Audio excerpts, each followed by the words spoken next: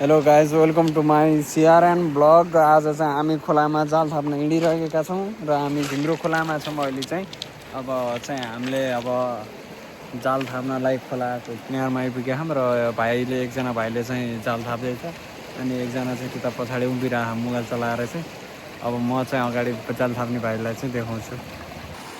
नाङ्गे एउटा कट्टुमा गर्दै थाप्दै भोलि कति पार्छ अब हेरौँ माछा यो जाडोमा।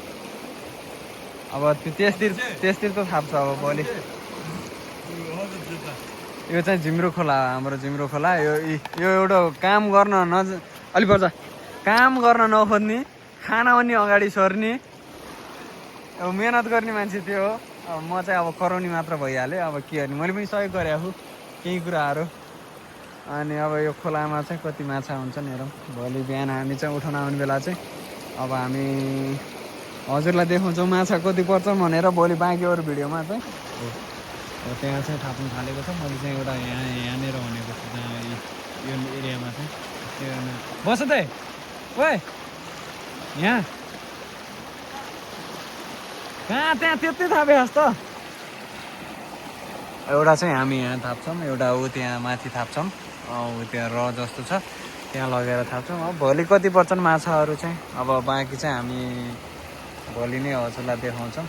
अब म एकछिन जाल थाप्छु, उसलाई पनि सघाउनु पऱ्यो, उसले पनि थापिरह मैले पनि थाप्छु। मलाई यसो थकाइ लागेको बेला चाहिँ भिडियो बनाएको। अब चाहिँ थापिसकेपछि म हजुरलाई भोलि कति माछा पर्छन् के गर्छन् भनेर चाहिँ भोलिको लागि पनि भिडियोहरू बनाएर चाहिँ म हाल्छु।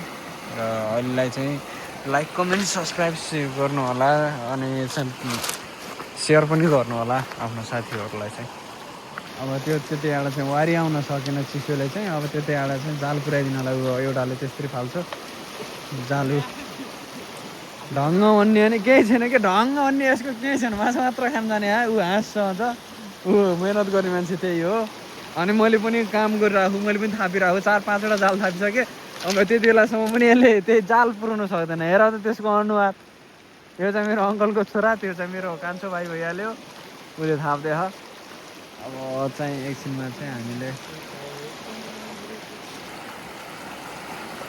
अब यसले चाहिँ ढुङ्गाले चाम्दैछ ल।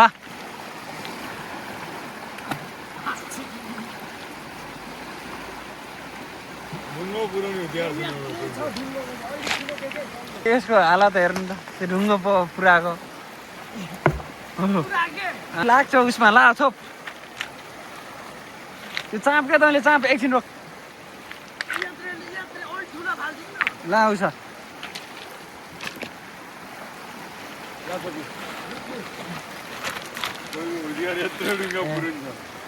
ढुङ्गा उतिहार रे ए उहाँ र दाँत उधार बस्यो। आयो कपाल सपाल फालेर भोलि माछाको खानी भनेर काम बन्ने नि छैन। अब यसले चाहिँ अब यहाँ जाल थाप्छ, अब एकछिन यहाँ माथि यो रमा थाप्छ डुबेर, अनि तल गएर थाप्नु पर्यो। म चाहिँ पानीले भिजिसकेँ अहिले चाहिँ थाकेर। अब एकछिनमा गर्नु पर्ला ल। यसले अब फेरि अर्को जाल थाप्दै अझै भ्याएर हुन्छ। मैले 5वटा 8वटा थाप्दासम्म यसले एउटा पनि भ्याएन अब जाल थाप्न। यहाँ त ऊ अझ घोप्टै हान्छ।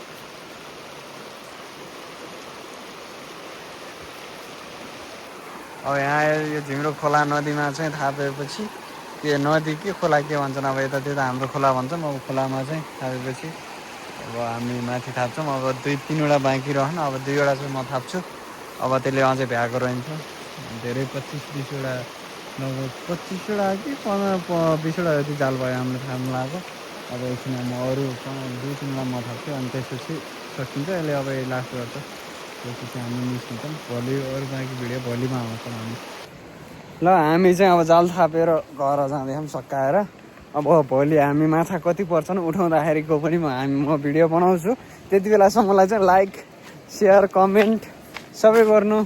अब तपाईँहरूले नै गरेर 290 पुगेको, अझै 1000-3000 सब्सक्राइब पुगोस्, वाच टाइम पनि पुगोस्। अब त्यही छ आशा चाहिँ। अरू के भन्ने, यो चाहिँ हाम्रो गाउँ हो जहाँ हामी जाँदैछौँ अहिले। खोलाको किनारै सर्टकट बाटो जान्लामा अघि माथिबाट घुमेर आउँदाखेरि चाहिँ गाह्रो भयो।